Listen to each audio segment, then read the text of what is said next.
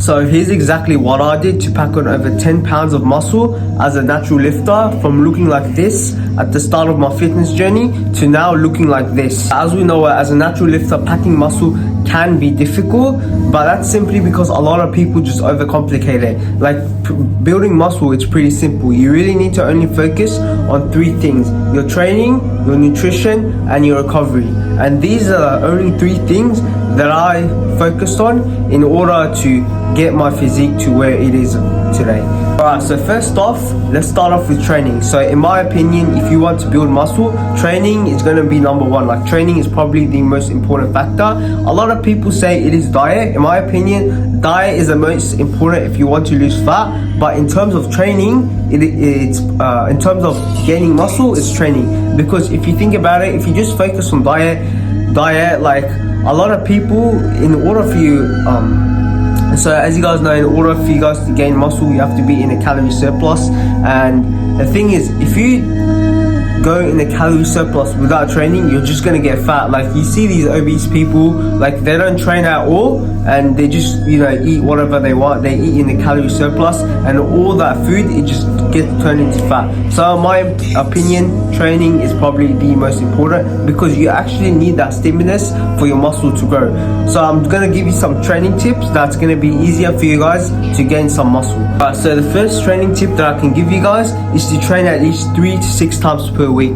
So the thing is, what I recommend you guys, like most likely if you're watching this, you're a beginner. So start off with training 3 days per week, because you guys don't want to jump into like training 6 days per week and then not being able to recover properly. So what I recommend you guys to do, so there's different types of splits, yeah? There's 3-day full body split, there's 4-day upper lower split, there's a 5-day push-pull leg upper lower split, and then there's a 6-day push-pull leg split. So what I recommend you guys to do is to first start off with training full body 3 times per week as a beginner, and then as you get more advanced, you guys can increase it to maybe 4, 5, 6 days per week. But yeah, start off with 3 days. So the next tip that I have for you guys is to train with the right form. So basically, there's 2 reasons why I'm telling you this. To be honest, I've been guilty of not training with the right form as well. Like the thing is, for me, training form for me has been like a big weakness of mine. Like sometimes my form isn't the best on some exercises, but sometimes it works for me. It's the thing is, form is really subjective, because there are different ways to do an exercise, a specific exercise. There's no training form, it is kind of subjective, but just make sure that two reasons why I tell you guys to train with the right form. Number 1 is because it lowers your chance of injury, and number 2, you will actually work the targeted muscle group. So say for example, you're doing like a tricep extension, but if you move your elbow too much while doing a tricep extension, you're gonna feel it more on your shoulders, and that's not gonna really fully activate your triceps, and it's gonna it's not gonna fully activate your triceps, and there's a more chance of injury. So that's why training with the right form is pretty important. But to be honest, form, you can break down your form during those last reps. So in those last few reps, when you really have to push that weight, you're gonna break your form. That's pretty much the only time where you guys should be cheating on your reps. But other than that, the first maybe 8 to 10 reps, maybe the first 6 to 8 reps should be perfect form, and then the last 2 to 3 reps you guys can cheat on the form just to get the weight moving a little bit. Because I do understand, if you guys want to hit your muscle group to absolute failure, those last few reps you can't really maintain a perfect form, so it's okay to cheat a little bit, Right, so the third training tip which I can give you guys to gain muscle, you have to follow this. If you don't do this, you're missing out on gains. It's literally just training to failure. So basically, the thing is, when you're training, you want your muscles to kind of tear, and the best way to actually tear your muscles is by absolutely pushing them hard. So basically, you guys want to leave at least 1 to 2 reps in reserve. So me, I like to go all the way to failure, but if you guys like don't like going all the way to failure, 1 to 2 reps in reserve is fine. But like for me personally, like, or my suggestion to you guys is, if you guys really want to build more muscle, train all the way to failure. And another way that you guys can actually push yourself to failure, to absolute failure, is doing this method called drop sets. The drop sets is basically, so I do this on the last set of every exercise. So basically, once I finish the last set of an exercise, I'll drop the weight and then you go again. So say for example, you're doing 3 sets of 10 on bench press, and then you do 60 kilos on your first set, 60 kilos on your second set, and on your last set you do 60 kilos as well. On your last set, what you can, as soon as you finish the last set of 60 kilos, what you can drop the weight down to like 50 kilos and then bust out another, like, I don't know, like 8 to 10 reps with no rest. That is, no rest. Like straight after you hit that set, you drop the weight down and then you bust out a few more reps, and that's what's actually going to, like, push your muscle beyond failure, and that might add to some additional growth. Now let's talk about the rep ranges. So the thing is, rep ranges, a lot of people have been saying for the past year that 8 to 12 reps is for hypertrophy, 1 to 5 reps is for strength, and then anything like 12 plus is for endurance. Recently that's been debunked, and it actually shows that basically anything from like 5 to 30 reps can still build muscle.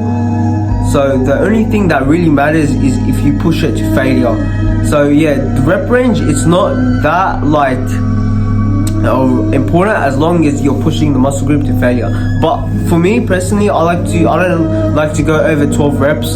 So I like to keep my rep range between 6 to 12 reps. And in terms of sets, to be honest, you don't need more than 2 to 3 sets. Like before I used to do like 4 to 5 sets, but now I've just cut down to 2 to 3. And trust me, my strength gains and my muscle gains have actually my strength gains, my muscle gains, as well as my recovery has absolutely exploded through the roof.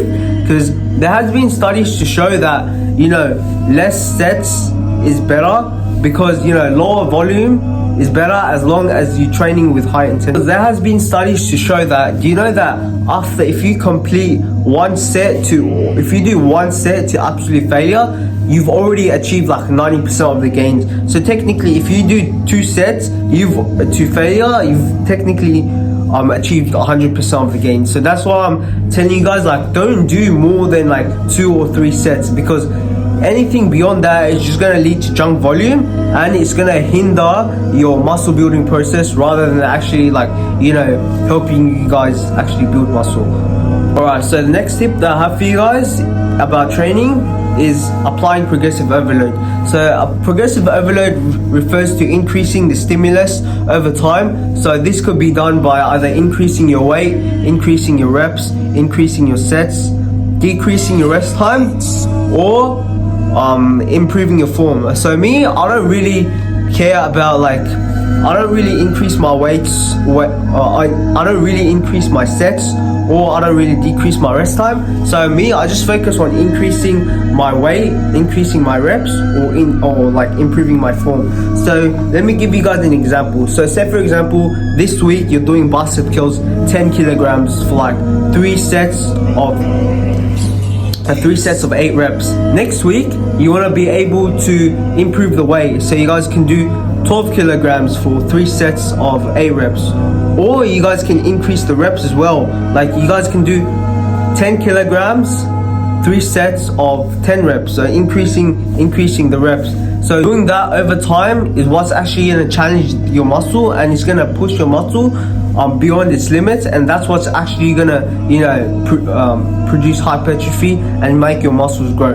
So yeah, another determinant of progressive overload, just compare what you are lifting right now to what you're lifting in 3 months. So like, say for example, if you're lifting say for example 10 kilos weighted pull-ups right now, in 3 months time you should increase that, or your weight should be increased to at least like what, 20 kilos weighted pull-ups, that's how you know you've properly progressive overloaded. So basically, if you're still lifting the same weight that you're lifting right now, that you were lifting 6 months ago, then you know you're doing something wrong. So the next training tip that I have for you guys is to focus more on compound movements rather than isolation movements. Because the thing about compound movements is compound basically means like more than one. So like compound movements target more than one muscle group. So say for example your bench press targets your chest, triceps and shoulders, and then your pull-ups, it targets your back and biceps. Your squats, it targets all parts of your leg. So basically any type of movement that targets more than one muscle group is known as a compound movement. And then we have oscillation movements, which target one specific muscle group. For example, your lateral raises targets the side head of the shoulder. Your rear delt flies target the rear delt of the shoulder.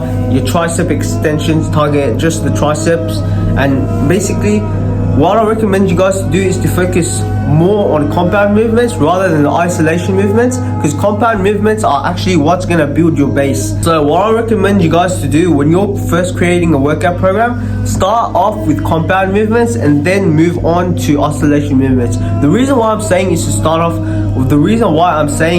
with compound movements first is for two reasons. Number one, that's what's actually gonna build your base up. Like compound movements are targets pretty much, multiple muscle groups in your body. So yeah, it's gonna build up your base. And then number two, compound movements are what actually creates the most fatigue. Because the thing is, if you do isolation movements first and then you're fatigued from your isolation movements, you're not gonna be able to perform as well on your compound movements. So what I recommend you guys to do as beginners, you start off with compounds, and then later on down your lifting career, you guys can start off with isolation movements in order to, fix up any weak points. So for example, for me, my weak points are my arms. So my arms are absolutely trash compared to the rest of my physique, like my chest, my back, and my deltoids. So what I like to do is I like to start off with arm isolation movements first to, give my arms a bit more volume so they can grow. That's only after you've reached like a point of lifting where you know what your strengths are and what your weaknesses are. So yeah, just start off with compound movements and then do all your isolation movements at the end. The last thing in terms of your training is your rest time. So rest time, what I recommend you guys to do is pretty simple. So for compound movements, you want to be resting at least 2 to 3 minutes, and for isolation movements, you want to be resting between 1 minute to like 90 seconds. And yeah, that's all you guys need to know about rest time. So let's move on to diet now. So diet for building muscle, it's pretty simple. So all you gotta do is to be in a slight caloric surplus. Don't make the mistake like I did, where I was in a massive caloric surplus. Like my caloric surplus should have been only around like 2,400 calories, but instead I was eating like 2,800 calories, and that's how I gained quite a bit of fat. Don't make the same mistake as me. So what I recommend you guys to do is, in order to find your caloric surplus, just go to a calculator, and just enter in all your details such as your height, your weight, your activity levels. That's going to give you your caloric maintenance. And then just don't increase your caloric maintenance by more than 200 to 300. So say for example, your caloric maintenance is around 2,500. So you should be eating around 2,700, no more than 2,700, max no more than 2,800 calories per day. Don't go all the way up to 3,000 calories from 2,500, because that's just gonna add unnecessary fat. The thing is, it gets to a point where adding more will not give you any benefit. So yeah, so don't eat more than 200 to 300 calories over your surplus, and make sure that most of your sources of food that you're eating is from mostly nutritious sources. Don't go to Macca's and Hungry Jacks and like eat ice cream, chips, lollies, cookies all day thinking that's gonna help you gain muscle, because it's not. Because the thing is, all calories are not the same. Like if 200 calories of donuts and 200 calories of chicken breast, it's not gonna help you build the same amount of muscle. the donuts are full of like processed shit. It's gonna make you feel like it's gonna make the donut is full of processed shit. It's not gonna keep you as energized in the gym. You're not gonna be able to perform as well in the gym. You know, you're gonna be moody. You're gonna be tired. You know, you can't really build that much muscle. But the chicken breast, it's a high quality protein source, which is actually like if you have like something, if you pair up chicken breast with like another clean carb source such as rice, man, that's gonna help you perform in the gym. Your mood's gonna be better. Your energy levels are gonna be through the roof.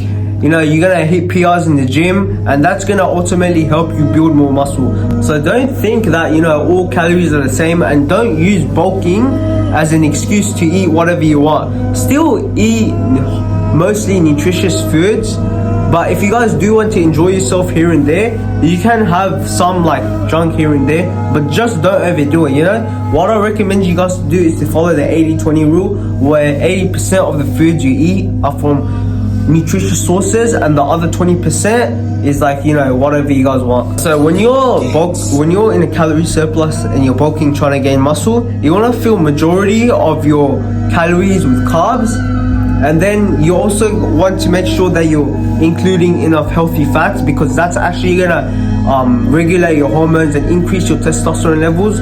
And you know, the higher testosterone we have as men, the easier it is for us to build muscle. And you know, you guys also want to include enough protein intake, because protein is actually what's gonna, you know, repair your muscles after you've, you know, damaged them in the gym, and it's gonna help them grow. So if you guys are looking to bulk, there are a list of foods that are good for you, that's gonna help you bulk up really quickly. Basically, those foods are all they're higher in calorie and they're lower in volume, so it's gonna be easier for you guys to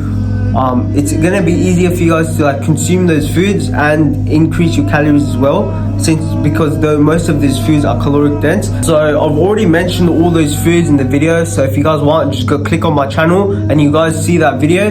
Just follow the advice on that video on the best foods you guys need to eat to bulk up, and those foods are going to guarantee help you build more muscle. So I've already mentioned two aspects, which are training and diet. Now let's move on to the last aspect that helped me gain, you know, 10 pounds or just over 10 pounds of muscle, and that is recovery, bro. In terms of your recovery, it's really simple. All you guys gotta do is just sleep 7 to 8 hours a night, because the thing is, if you guys don't take enough sleep, it could actually hinder your muscle building process. Like studies have actually compared sleep to steroid levels. Basically there's been a study that compared two contestants. One only slept 5 hours and one slept 8 hours. The person that slept 8 hours gained more muscle and lost more fat than the guy who slept 5 hours. So that's all you guys need to know about what to do in order to build muscle, and those are the exact same tips that helped me gain over 10 pounds of muscle in about 2 to 3 years. Another thing that I want you guys to know is that muscle building as a natural lifter, it's a pretty like long process. Like, it's gonna take some time, obviously. So just remember that this is a journey. Building a physique is a journey over your lifetime, and you guys shouldn't try and rush the process, because if you guys try and rush the process, you're gonna make a lot of like, you know, mistakes. You're gonna like actually slow down your process, because like if you bulk up too fast, you're gonna end up gaining fat. If you cut down too fast, you're gonna end up losing muscle. So yeah, just take it slow and steady, and eventually you'll get the results which you're looking for. Alright, so that's it for the video. Hopefully you guys enjoyed it. Hopefully you guys found a lot of value from it. Let me know what you guys think down in the comments. And yeah, until then, peace out.